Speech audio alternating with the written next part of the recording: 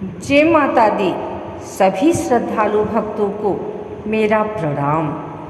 आज हम सब यहाँ एकत्र हुए हैं माँ दुर्गा के नवे स्वरूप माँ सिद्धिदात्री की अद्भुत महिमा को सुनने और उनके चरणों में अपनी भक्ति अर्पित करने के लिए। माँ का यह स्वरूप नवरात्रि के 9वें दिन की विशेष पूजा का केंद्र है। माँ सिद्धिदात्री वह देवी हैं जो अपने भक्तों को हर प्रकार की सिद्धि अर्थात चमत्कारिक शक्तियाँ और जीवन के सभी लक्ष्य प्रदान करती हैं। माँ का नाम ही उनके कार्य का परिचय है। सिद्धि और दात्री यानी जो सिद्धि प्रदान करे वह है हमारी माँ सिद्धिदात्री। भाइयों और बहनों, आइए हम इस कथा को सुनते हैं। मन को एकाग्र करें। हर शब्द को केवल कानों से नहीं बल्कि आत्मा से सुने। माँ की यह कथा केवल पुराणों का वर्णन नहीं बल्कि हमारे जीवन के गहरे सत्य का उद्घाटन है।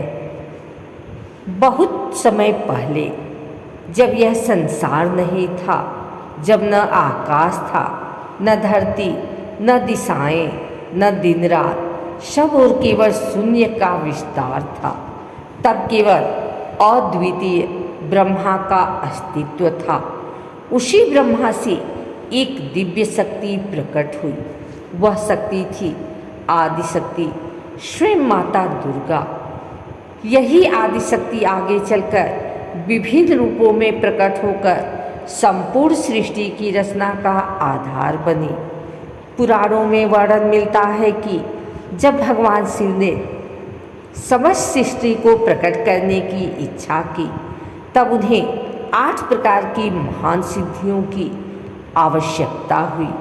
इन सिद्धियों में शामिल थी अणिमा, सूक्ष्म से सूक्ष्म रूप धारण करने की शक्ति; महिमा, विराट रूप में प्रकट होने की क्षमता; गरिमा, असीम भार प्राप्त करने की क्षमता; लघिमा, अति हल्का होने की शक्ति; प्राप्ति, दूरस्थ वस्तुओं को प्राप्त करने की शक्ति; प्राकम्य, इच्छित वस्तु प्राप्त करने की क्षमता; ईशित्व, संपूर्ण जगत पर नियंत्रण; वशित्व, सबको अपने वश में करने की शक्ति। भगवान शिव ने इन सभी सिद्धियों को प्राप्त करने के लिए आदि शक्ति की कठोर तपस्या की।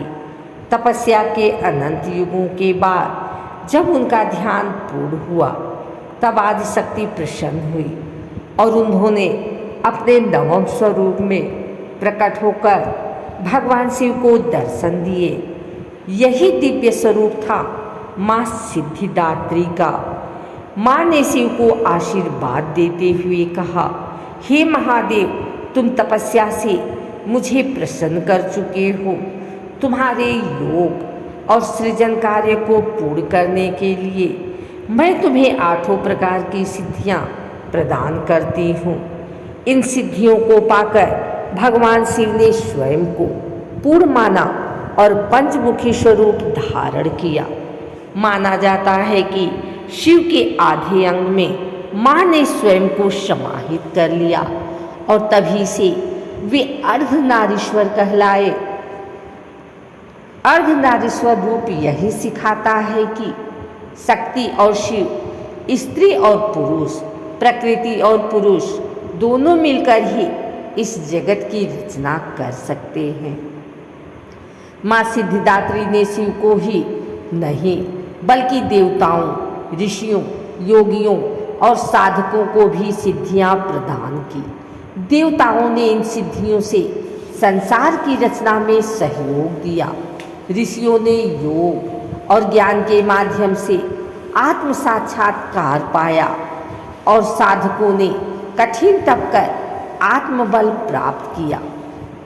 अब जरा माँ की अद्भुत छवि की कल्पना कीजिए। माँ सिद्धिदात्री कमल के आसन पर विराजमान है। उनकी 4 भुजाएं हैं। एक हाथ में चक्र जो समय के चक्र का प्रतीक है, दूसरे हाथ में गदा जो शक्ति और साहस का प्रतीक है, तीसरे हाथ में शंख जो शुभता और आवाहन का प्रतीक है, और चौथे हाथ में कमल पुष्प जो निर्मलता और आध्यात्मिक उन्नति का प्रतीक है। उनका मुखमंडल अद्भुत शांति और करुणा से भरा है।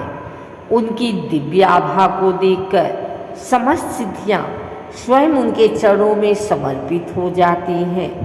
भक्त के मन में केवल एक ही भाव रह जाता है, माँ आप ही सर्वशक्ति हो, आप ही सिद्धि हो, आप ही कृपा करो। सिद्धिदात्री मातु हमारी, बरदो भक्तन चाहत सारी, कमल आसन सिंधु जियारा, करुणा रूप तुम्हारा प्यारा। नवरात्रि के 9 दिनों की साधना का यह अंतिम पड़ाव है। 8 दिन तक शक्ति के विभिन्न स्वरूपों की आराधना करने के बाद जब भक्त नवमी के दिन माँ सिद्धिदात्री का ध्यान करते हैं तो इसका अर्थ होता है कि साधक ही साधना पूर्णता की ओर है।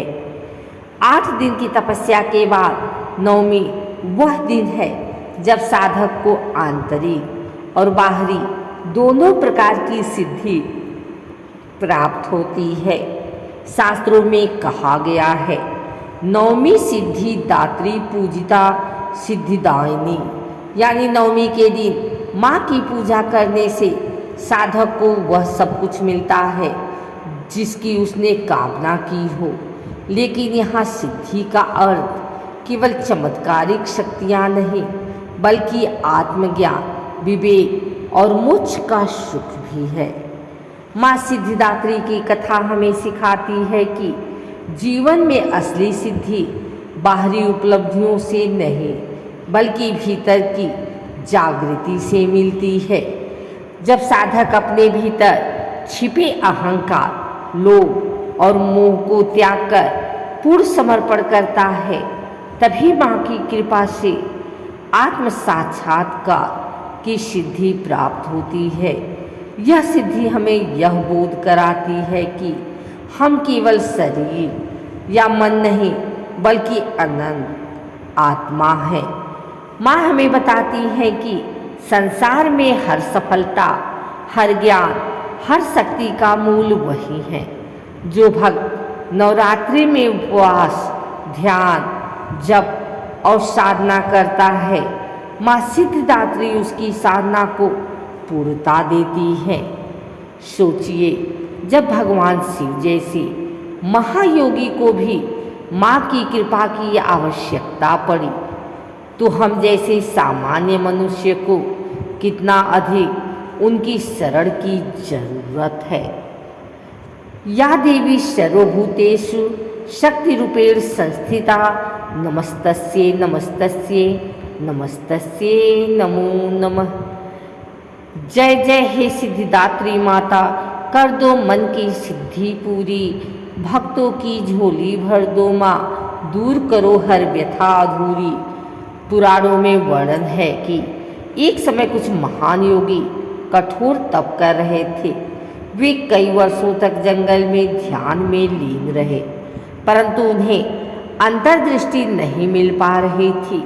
जब वे निराश हो गए, तब माँ सिद्धिदात्री ने उनके समक्ष प्रकट होकर कहा, हे योगियों, जब तक तुम तप में फल को केवल सिद्धि के लिए चाहते रहोगे, तब तक तुम्हें सिद्धि नहीं मिलेगी।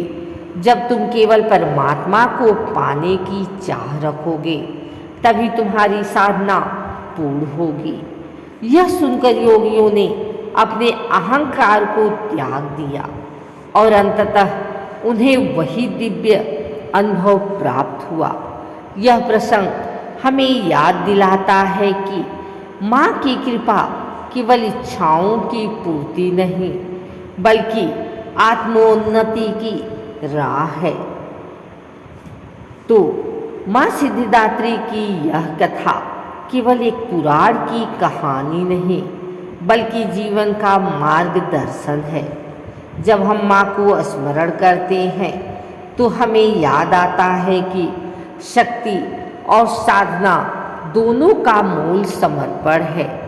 सच्ची सिद्धि वही है जो हमें दूसरों के दुख को मिटाने की क्षमता दे, जो हमारे भीतर प्रेम और करुणा का महासागर भर दे।